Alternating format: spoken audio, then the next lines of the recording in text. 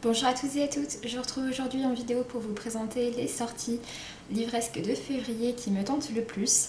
Je vous ai noté au total, il me semble, une petite dizaine de sorties grand format et également pas mal de format poche. Donc bon, je vais attaquer tout de suite. Comme d'habitude, je vais vous les montrer sur mon téléphone. Donc tout d'abord, le 2 février, nous avons pour commencer en fait la sortie du roman qui me tente le plus pour février. C'est un roman que j'attends déjà depuis quelques mois, depuis son annonce en fait, à savoir Celle dont j'ai toujours rêvé de Meredith Russo qui sort chez Pocket Jeunesse. C'est un roman dans lequel on suit une jeune fille qui s'appelle Amanda, qui est au lycée il me semble, et Amanda, un peu comme toutes les jeunes filles de cet âge-là, rêve un peu du premier amour. Sauf qu'Amanda a un secret, à savoir qu'elle n'est pas née fille, qu'elle est née garçon et qu'elle a subi une opération, en tout cas qu'elle a changé de sexe. Donc voilà, ça me tente énormément, ça parle d'un sujet dont on ne parle pas énormément dans les romans et les avis en VO étaient juste excellents, donc je suis super contente qu'il soit traduit. Toujours en février et toujours le 2, nous avons la sortie de Calendar Girl saison 2, donc février, de Audrey Carlan. J'ai pas encore lu le premier, mais je l'ai puisque j'ai rencontré Audrey Carlan et que j'ai fait dédicacer. Donc voilà, je pense que je vais lire très prochainement le tome 1 et du coup je verrai si je poursuivrai cette série. Qui est, si vous ne vous en avez pas entendu parler, c'est donc une série de romances érotiques dans laquelle on suit une jeune fille qui est un peu contrainte de devenir escort girl. Et qui en fait va changer tous les mois de ville et tous les mois elle accompagne un homme différent. Et c'est surtout un roman sur le parcours de vie personnel, etc. Ensuite, le 9, nous avons une autre sortie qui m'intéresse énormément, à savoir la sortie de Un palais d'épines et de roses de Sarah J. Maas qui sort aux éditions de La Martinière. Il est sorti en VO il y a déjà quelques temps avec une couverture qui était assez similaire et c'est une réécriture du conte de La Belle et la Bête. Donc voilà, ce roman me tente beaucoup, les avis en VO étaient à nouveau très bons. J'ai pas encore commencé la série Kéléana, même si ils sont chez moi en fait. Donc voilà, je vais les lire très prochainement je pense et celui-ci me tente beaucoup. Toujours le 9, nous avons également la sortie de Phobie de Sarah Cohen-Scally aux éditions Gulfstream.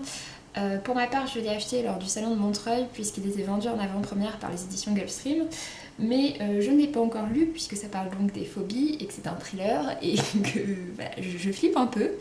Mais la collection Gulfstream propose généralement de très beaux titres, donc voilà, je pense que je le lirai prochainement, je vais essayer de le lire pour sa sortie. Ensuite, le 9, nous avons la sortie de Quelqu'un à qui parler de Cyril Massaroto. Donc qui sort chez XO Éditions. C'est l'histoire d'un homme qui s'ennuie un peu je crois et qui décide d'appeler un numéro qu'il a par je ne sais plus quel moyen, sauf qu'en fait au bout du fil il va tomber sur lui-même mais âgé de 10 ans. C'était un petit peu le principe aussi du roman À un fil de Rainbow Rowell que j'avais énormément adoré, donc pourquoi pas récidiver avec celui-ci. Ensuite, le 9, toujours, nous avons la sortie de Close Up, la saison 1, le tome 1 qui s'appelle Cendre, de Jeanne Devroux. Ça paraît donc chez Hugo New Romance, puisque c'est une romance du coup. Et c'est une romance qui inverse en quelque sorte les codes classiques en romance, à savoir que c'est la fille qui a une mauvaise réputation et c'est le garçon qui est un monsieur parfait.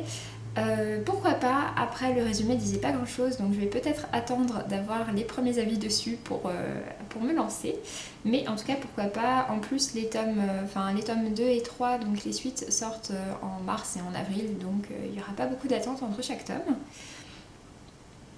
Ensuite on passe au 16 et le 16 il y avait beaucoup de sorties en littérature adolescente, notamment pas mal de suites de séries. Mais pour ma part, j'ai décidé de vous parler tout d'abord de La Faucheuse de Nils Ostermann qui sort dans la collection R, donc c'est leur petit nouveau. C'est un roman dans lequel on suit une jeune femme qui est contrainte de devenir faucheuse, donc à savoir qu'elle tue les gens. Pourquoi pas. Ensuite, le 16 toujours, nous avons la sortie de The Curse de Marie Ruth Bukowski, qui sort donc chez Lumen. Donc à nouveau, voilà, c'est le petit nouveau de chez Lumen. C'est une série plutôt dystopique, il me semble, dans laquelle on suit l'héroïne principale qui est la fille d'un personnage très important et qui va décider d'acheter un esclave. Et en fait, avec cet esclave, ils vont un peu essayer de changer les choses. Ça parle notamment pas mal de coups de bluff, de jeux de pouvoir et compagnie. C'est un peu comparé à une partie de poker. Donc bon, voilà, pareil. J'attendrai peut-être les premiers avis dessus, mais pourquoi pas. Et la seule suite de saga que j'ai notée, il s'agit de Gardien des Cités Perdues, le tome 5, projet Polaris de Shannon Messenger, qui sort également chez Lumen. J'ai pas encore commencé Gardien des Cités Perdues, mais je compte le faire prochainement. J'ai le tome 1 sur ma liseuse et vraiment voilà, je suis curieuse de découvrir cette série parce qu'on en entend vraiment que du bien. Mais sinon, donc le 16, on avait la suite de Immaculée dans la collection R, on avait la suite de Nil avec le 3e et dernier tome, et d'autres romans également, je sais plus exactement.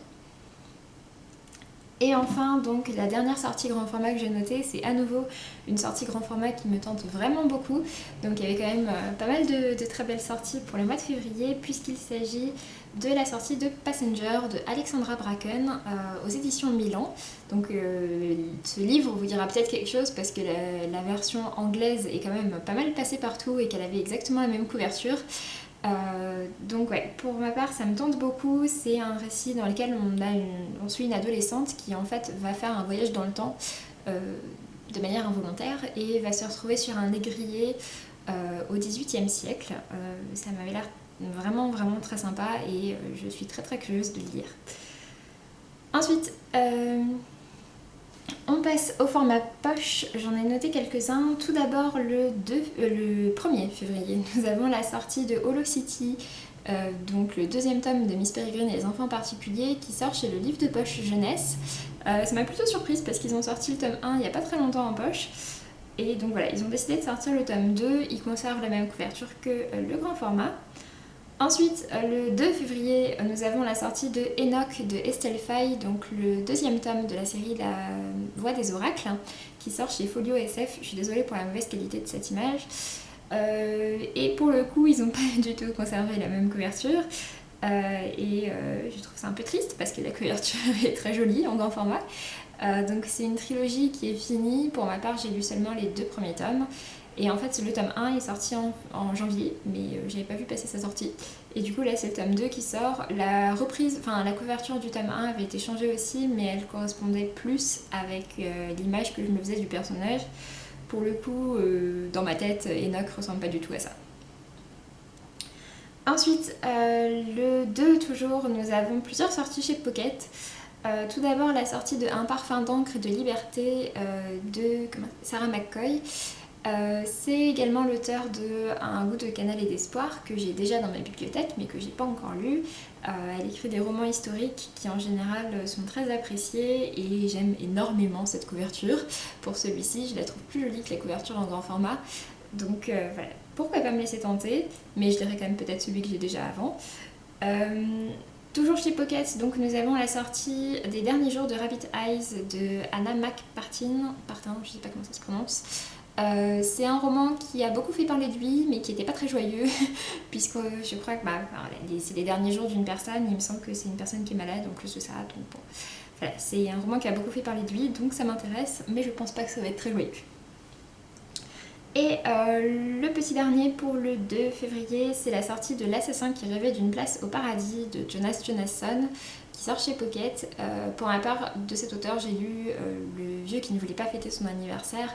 C'est un roman que j'avais trouvé très drôle, qui m'avait beaucoup plu. Et donc, pourquoi pas avec ce nouveau-là. Mais j'ai déjà l'analphabète qui savait compter dans ma palle, donc je lirai peut-être celui-là avant quand même. Après, le 8, nous avons la sortie de Il était une lettre de Catherine Hughes, je sais pas comment ça se prononce, chez le livre de poche. Je suis désolée, la qualité est pas terrible. C'est un roman qui était sorti il y a pas très longtemps et qui avait une couverture aussi avec des lettres mais sur un fond bleu, qui était sorti chez Calment Lévy. Ça vous parlera peut-être.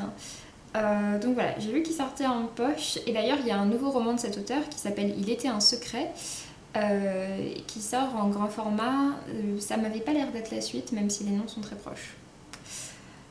Et ensuite, le dernier pour les sorties poche, le 22 février, nous avons la sortie du tome 1, l'apprenti épouvanteur, donc la sortie du tome 1 de la série L'Épouvanteur, de Joseph Delaney, qui sort en poche. C'est une série qui est assez longue. En fait, d'ailleurs, le tome 13 sort également le 22 et je crois que c'est le dernier tome.